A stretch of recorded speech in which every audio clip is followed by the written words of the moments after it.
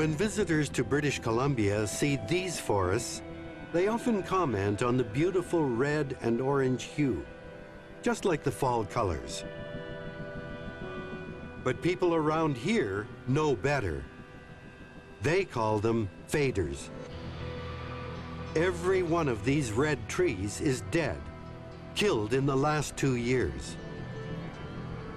Next year, the red needles will fall, leaving a landscape of gray ghost pines.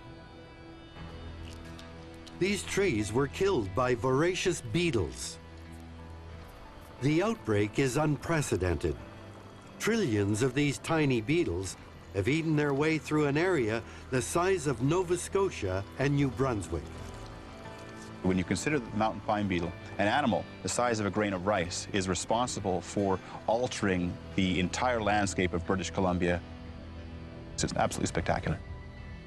So why did this insect become such a massively destructive force?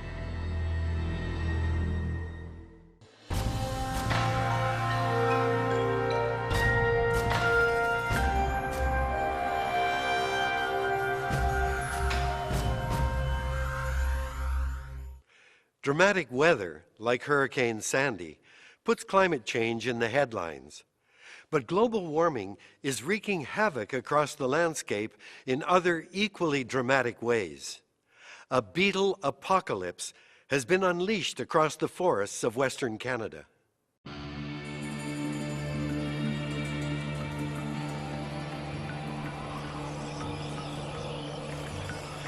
It was in a warm summer evening, and there was this fine mist coming down. It looked like a London fog or something. All of a sudden, I heard this click, click, click, click, click, click, click noise. And to my horror, I realized the noise I was hearing were the beetles that had literally attacked the whole ravine and the trees. I thought that it was beautiful in a strange way. But I also thought that, well, this forest is toast. Most people had never seen anything like this. So for them, it was an extraordinary event. It was one wave after another, and they thought, when is this thing going to end? British Columbia is currently facing the worst mountain pine beetle epidemic in Canada's history. The mountain pine beetle is native to northern BC, but in the last 4 years, its population has exploded. Last summer, a government survey showed more than $3 billion worth of prime timber already destroyed. They're barely larger than a pinhead, but don't let that fool you. There's one right there. The mountain pine beetle is taking over large parts of BC forest. Forest companies say the beetle is now eating its way through 5.7 million hectares of forest. The scale of the mountain pine beetle epidemic was extraordinary. Unlike anything any Aboriginal culture had ever seen before, it was a tsunami. It was a hurricane on the same scale as Katrina or Hurricane Sandy. That's the kind of scale it was on.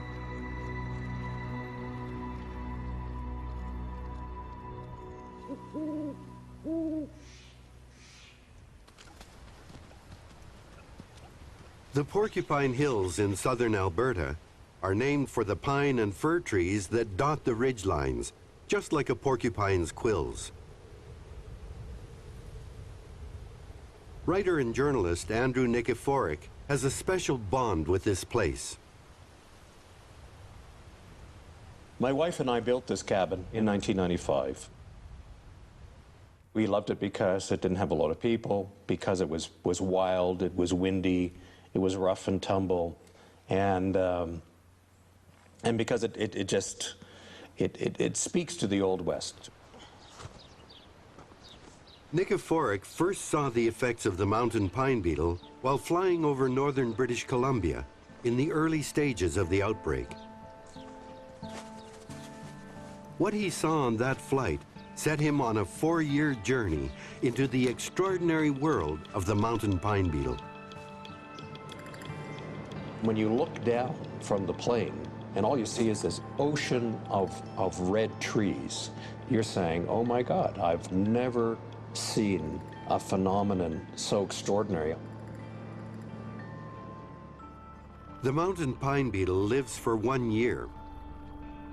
It spends all but 2 days of its life under the bark of a single tree.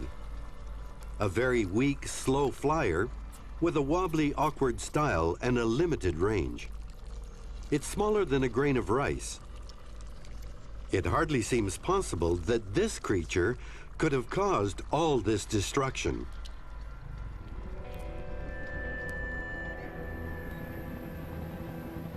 The first wave of the outbreak hit back in 1998 in Tweedsmuir Park, northern British Columbia.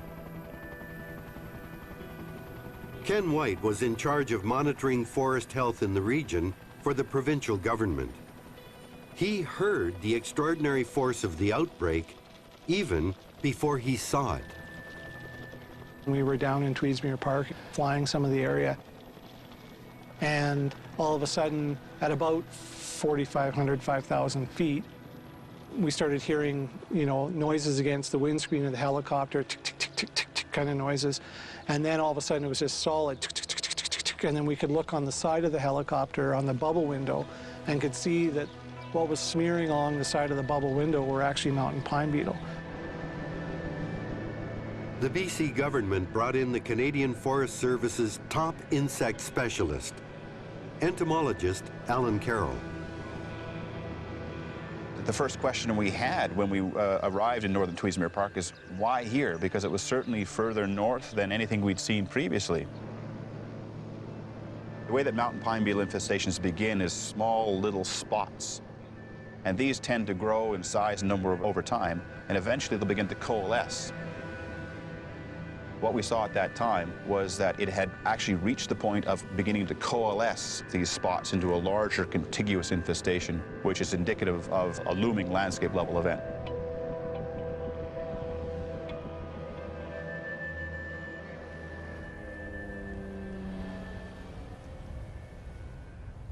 The lodgepole hugs the Rocky Mountains all the way from Alaska to Mexico. It has co-evolved with pine beetles over tens of thousands of years. The lodgepole pine tree is actually one of nature's great survivors. It prospers in a huge range of extreme climates. It is highly drought resistant, but it can also survive in high rainfall areas and in some of the harshest winters on the planet. The lodgepole pine and the beetle's life cycles are deeply connected. At 80 to 100 years old, a lodgepole pine reaches maturity. Then its defenses start to weaken. Soon, the tree becomes susceptible to a beetle attack. The beetle's population explodes every 25 years or so, during a spell of warm winters and hot, dry summers. In this natural cycle, the beetles attack and kill most of the older pines. The dead trees lose their needles in the next few years, opening the canopy to let light in. Their death also frees up space and nutrients for younger growing trees.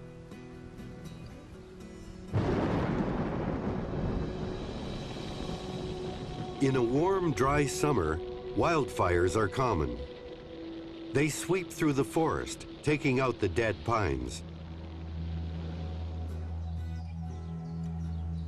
They also open up the tree's seed cones, which are packed so tight they can only be opened by the extreme heat of a fire. This extraordinary dance between lodgepole pine, beetles, and fire has been going on for millennia. Without the beetle, the lodgepoles would not be able to renew themselves, would not be able to begin again as a forest. So they're a married couple. They're in it together. Climate keeps the beetle in check. In the mountain pine beetle's normal range, winters are cold, especially at altitude. A good cold snap can kill 90% or more of the beetle's population. This is what made the outbreak in Tweedsmuir Park so baffling. In this northern wilderness area, winters should be far too severe to allow an outbreak like this.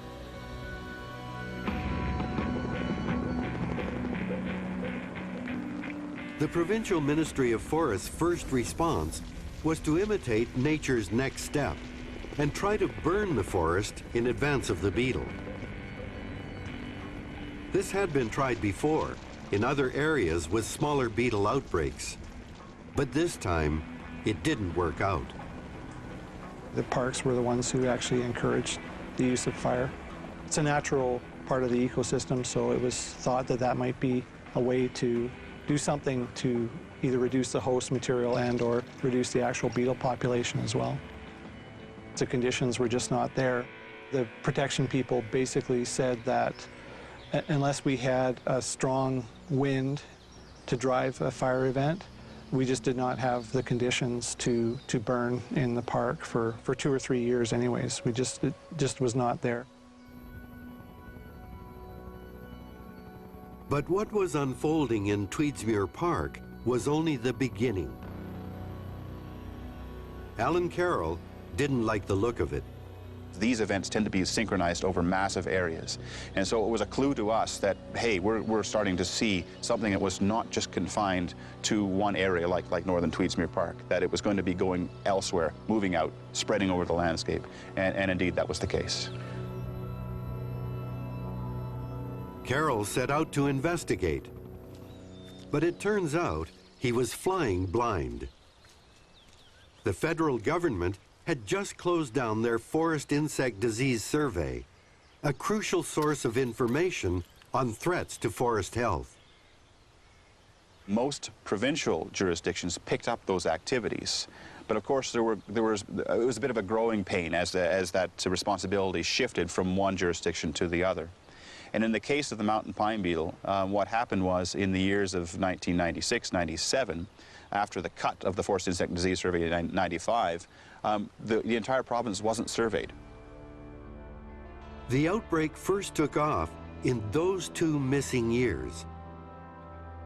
By the time the province had been properly surveyed, the outbreak had spread throughout most of the interior of British Columbia.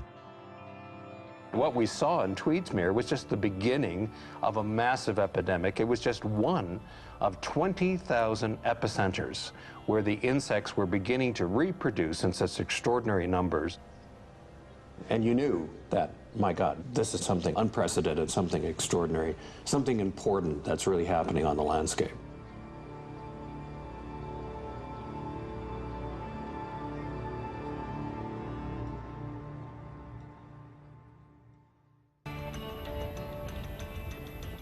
The mountain pine beetle has lived in the western forest for millennia.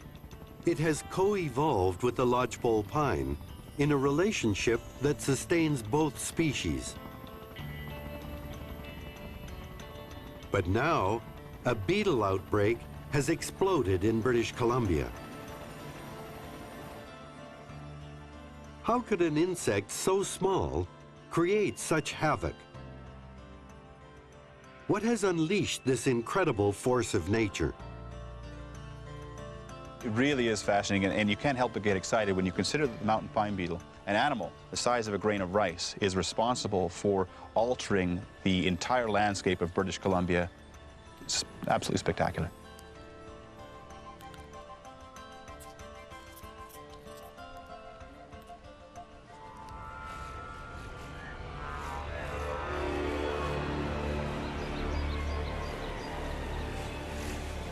Every summer, after a few straight days of hot weather, the mountain pine beetles emerge en masse and search for a new target.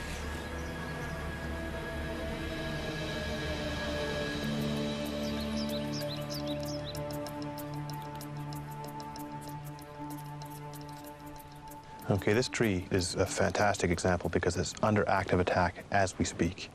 And we've got both males and females arriving.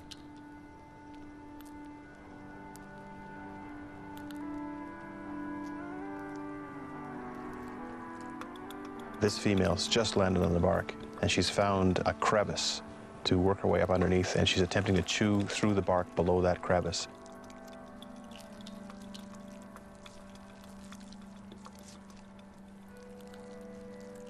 The tree itself is not a passive player in this. It's actually a very, very active and defensive organism, and it has a couple of means of defenses to attempt to deter the beetle or repel the beetle from the attack. The lodgepole's first line of defense is its thick bark. If the female beetle makes it through that, she hits the tree's resin ducts. They run the length of the tree, just like human blood vessels. The resin floods out through the hole in the bark, and immediately, the beetle is in a life or death struggle. Yeah, this female has breached the first line of defense, and she's attempting to push the resin out of the tree by working her way in and out of the tree and pushing the resin backwards behind her.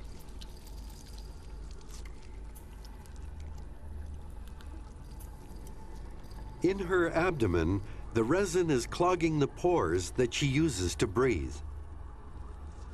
It's also gumming up her jaws and legs. She will have to clear the entry hole of resin within a few hours, or she will die.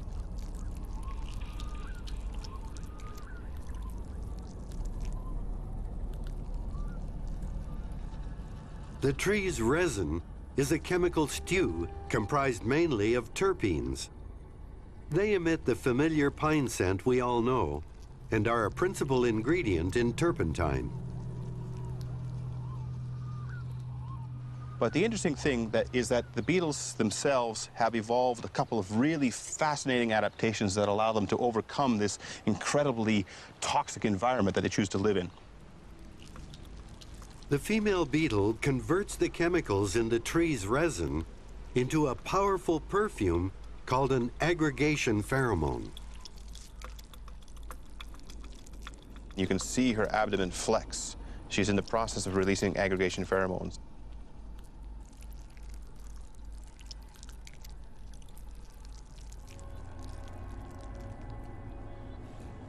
Her perfume wafts out on the breeze, signaling hundreds of nearby male beetles to join in the attack.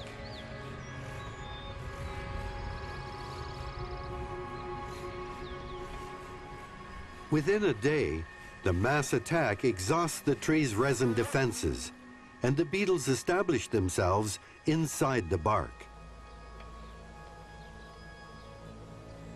But the besieged tree has one last line of defense. It floods the area with strong toxins, killing its own tissues immediately around the attackers. In this last line of defense, the tree will kill dozens of beetles.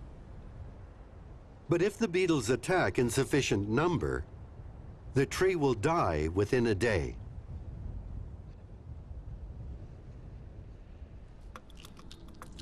Once the battle is won, the female beetle chews her way deeper into the tree, opening up long galleries where she will mate and lay eggs. By now, the tree is dead, so it can't provide any nutrition for the long winter ahead. But the beetle comes prepared.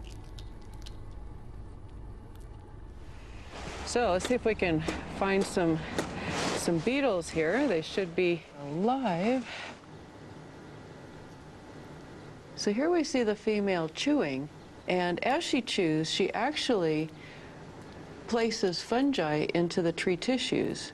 In her mouth parts, she has these little pockets called mycangia that act like fungal suitcases. And so they carry these nutritional fungi in these suitcases to the tree, and then as she tunnels along, the fungi will kind of squish out of these mycangia into the tree tissues and begin to grow.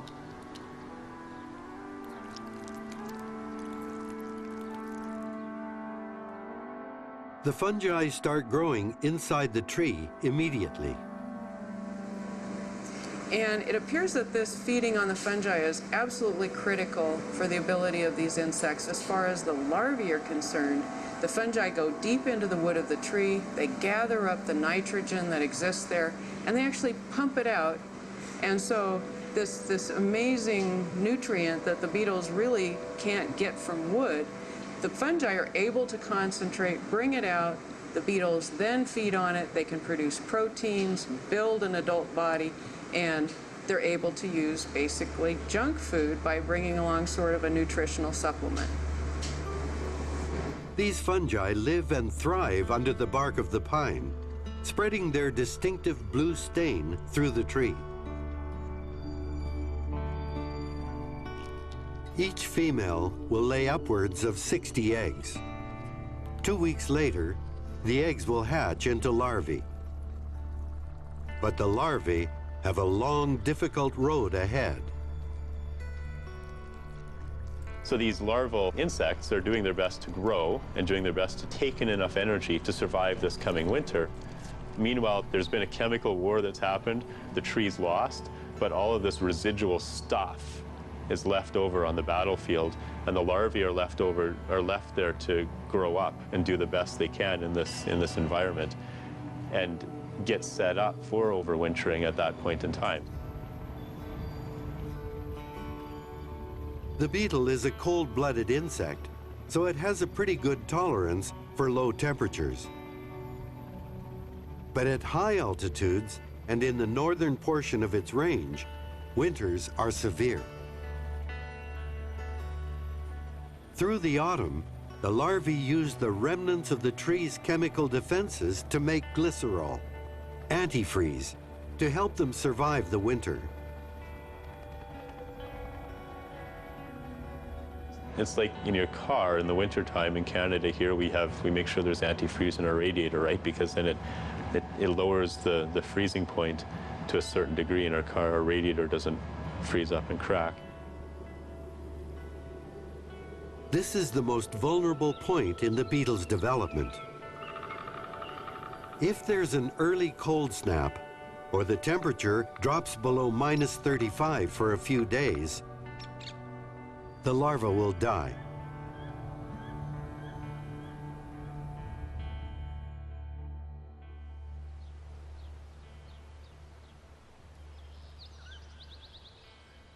Come spring, only 20% of the larvae have survived.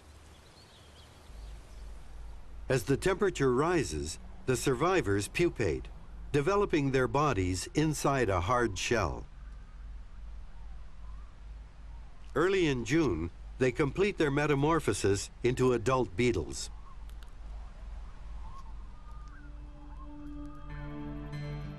By midsummer, there can be hundreds of mature adult beetles inside each tree in the infected stand.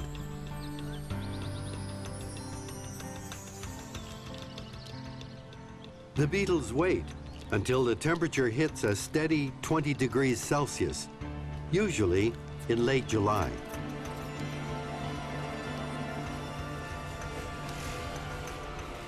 Then they emerge and go off in search of a new tree to attack.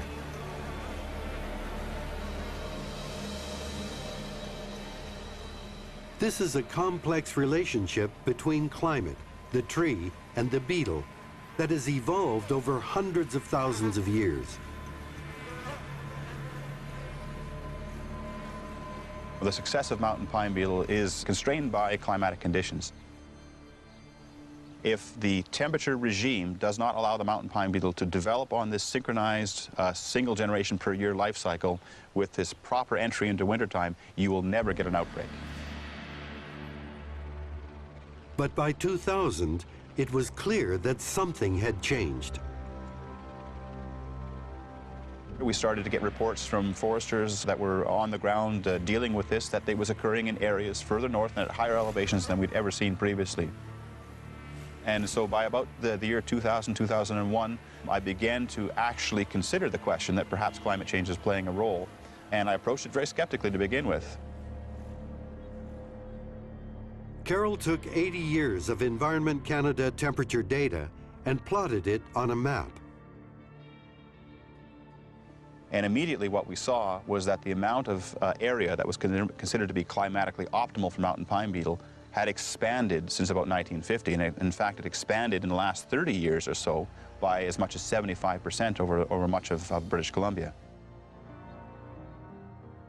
Then Karl took maps of the current beetle outbreak. When he compared them, the link was clear. The two maps mirrored each other almost exactly. And so it was the first evidence for climate change in a forestry context as being real and present and current. The beetle and the lodgepole pine lived together in balance for millennia. Then, climate change intervened and dramatically upset that balance. The big question that followed: what do you do with an out-of-control beetle epidemic and the dying forest left in its wake?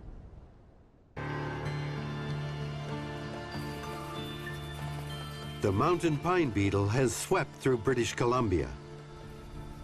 By 2004, it had hit millions of hectares and killed billions of trees. Politicians had no idea what to do with a bug the size of a mouse turd.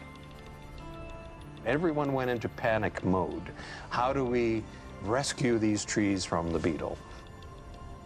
What do we do? I mean, ideally, we want these forests to regenerate.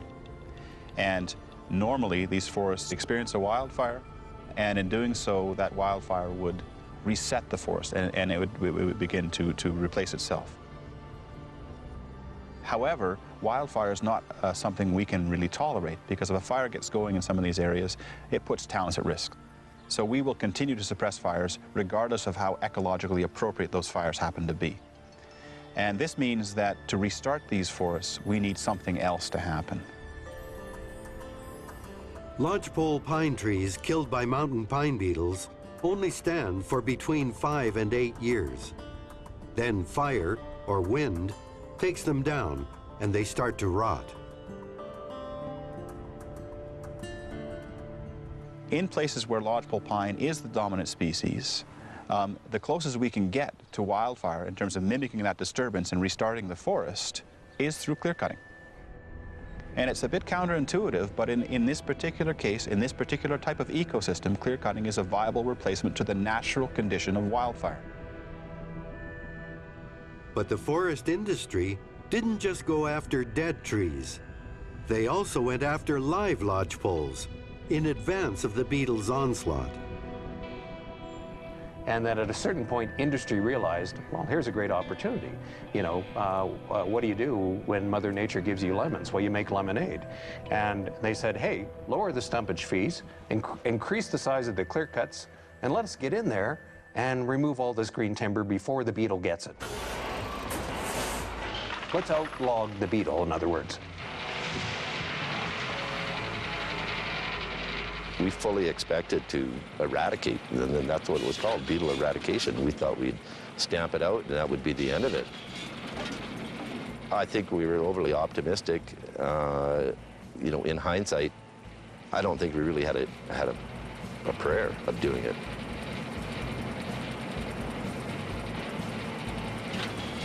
Our attempt to salvage the lodgepole pine forests while they remained economically viable were pretty aggressive.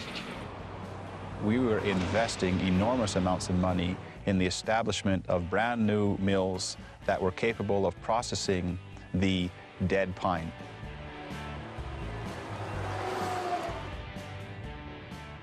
The forest industry invested hundreds of millions of dollars in sawmills. By 2007, 5 of the 10 largest mills in the world were in the northern interior of British Columbia. Everybody did what they could. The sawmills logged as hard as they could. They never ran out of logs. You know, they cut as many trees as they possibly could, and it made no impact, basically.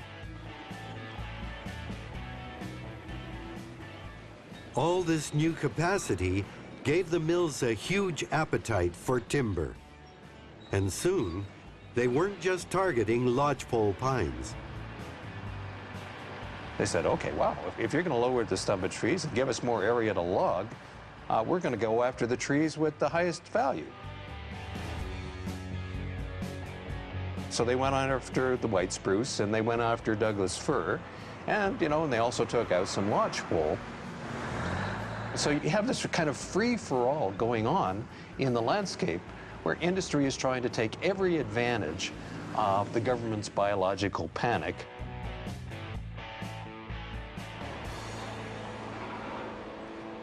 The industry logged so hard and so fast, they soon hit an unintended consequence. This one, man-made. You flooded the market with cheap 2x4s. Government and industry whacked away at the forest with such great intensity that they lowered the price for lumber across North America. And then add on top of that a financial crisis of 2008, and you've nearly wiped out an industry. We're now getting word that that's going to end. It's going to end fairly soon. It's going to end fairly precipitously. We are going to see a significant reduction in both harvesting and milling activity in as early as 1.5 years out to 5 years in all of the major communities surrounding the Mountain Pine Beetle forest. That there was going to be 22,000 plus job loss. That was the potential job loss in this.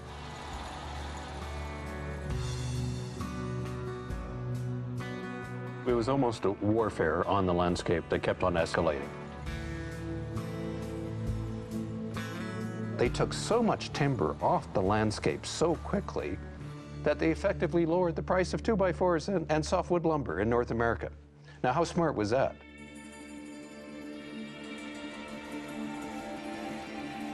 In Alberta, people thought the outbreak would end at the Rocky Mountains. Beetles are weak flyers, and the Rockies are so wide and high in elevation, surely they would stop the beetles in their tracks. They were wrong.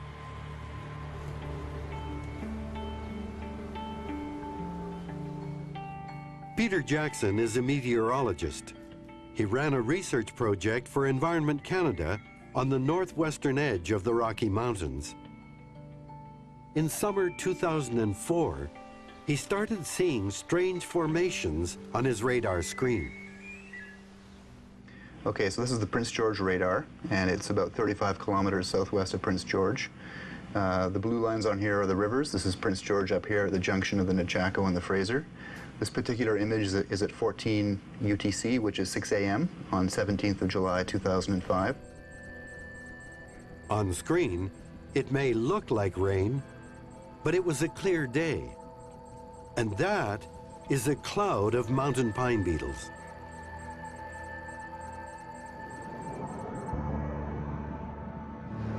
Jackson and his students flew a small aircraft into the cloud.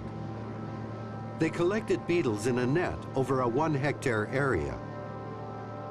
The number of beetles was mind-boggling. So that's 125,600 hectares. And if there are 5,000 beetles per hectare on average, so multiply that by 5,000,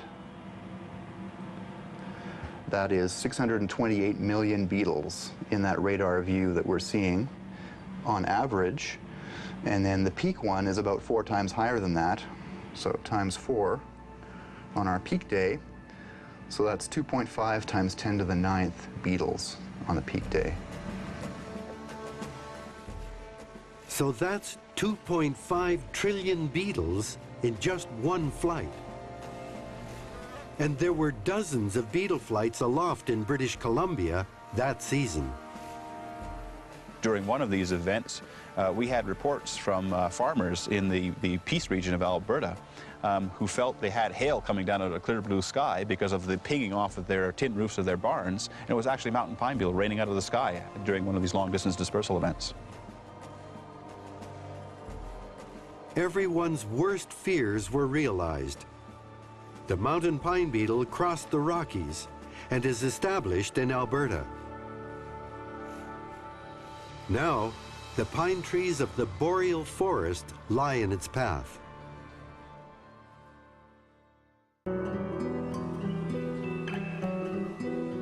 The mountain pine beetle has crossed the Rockies. Its next target is Canada's boreal forest, which stretches from the Yukon to Labrador. Millions of songbirds come here each year to breed. It's home to 85 species of mammals, as well as 130 species of fish, and 32,000 species of insects. In the boreal, pine trees are a keystone species. They play a crucial role in this ecosystem. Losing them would be disastrous. The province of Alberta is now fighting a desperate battle to stop the beetle in its tracks. But this is easier said than done. Managing the mountain pine beetle is incredibly difficult.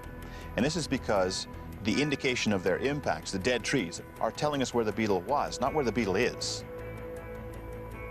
When a beetle attacks a tree in the midsummer, that tree won't start to show symptoms of the attack until May or June of the subsequent year. And then we are forced to put people on the ground to circle these red trees to try and find where the beetles have gone in the interim. Crews only have 3 months, from early May until late July, to identify, cut, and burn every infected tree. By late July or early August, it will be too late.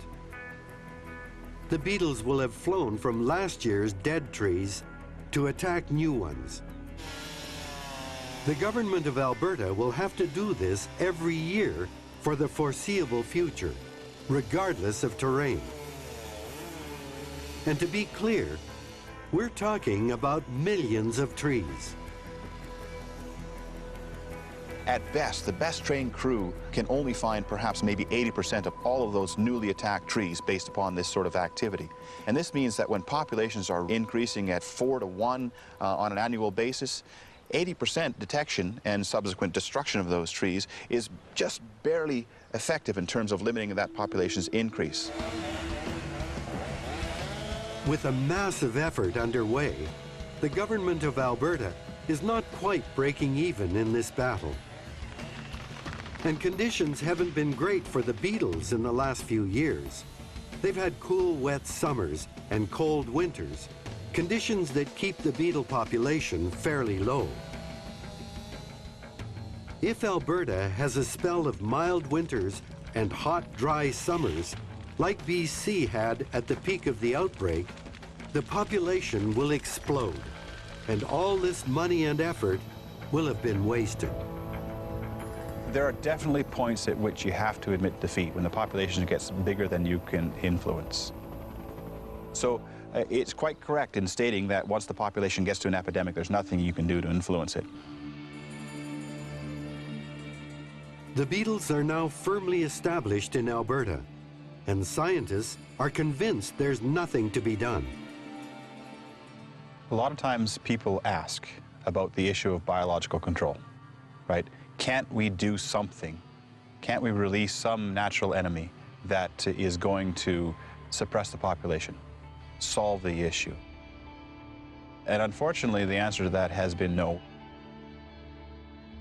Because the beetle exists beneath the bark, any control agent has to be applied to each individual tree, which is completely impossible because we have literally billions of trees involved. So biological control, as nice as it sounds, is not an effective way of controlling a population that reaches an epidemic. None of this bodes well for the forests of eastern Canada. There are species such as eastern white pine and red pine, in addition to the jack pine, that we are quite convinced are going to be suitable hosts for the mountain pine beetle. So if it were to get across the prairies and start moving down towards Ontario, there could be very significant impacts in terms of the pine forest there. There is a stark example of what the future might look like for our pine forests, just south of the border in Montana. So what you're seeing here is really, really different than what we've seen in a lot of the lodgepole pine. This stand is whitebark pine, so it's a very high elevation pine. And typically mountain pine beetle hasn't been able to get up here in the past. But now it's a lot warmer, and so they can go through a life cycle, they survive the winters. So we've seen a whole lot of mortality up here. But what it really makes it different is that the extent of the mortality is really extreme. So we see a full-blown outbreak, and these beetles are now moving through these stands in something like maybe 3 years. And that's almost unheard of for a mountain pine beetle outbreak. With whitebark pine, we don't expect the tree to come back. This is pretty much a permanent destruction of this tree species. Most of us that work on the beetles are thinking that this is what we call a functional extinction. And that is, not a complete extinction. There'll be a few here and there, but really no longer playing an important ecological role. It seems that pine trees in areas with no history of mountain pine beetle attack have much weaker defenses than pines like the lodgepole, which have evolved alongside the beetle. And what really surprised scientists was to discover, oh, those trees in the north or at higher altitudes had no resistance. They'd had no experience with bark beetles, and they were just mowed down. It took fewer big beetles to bring these trees down and kill them. All species of pine trees are hardy and have survived in many environments. But now, the pace of climate change is so rapid, scientists fear the pines won't have the time to adapt to this new threat. But for the beetle, its progress will be determined by climate, the one factor that has always regulated its range and population.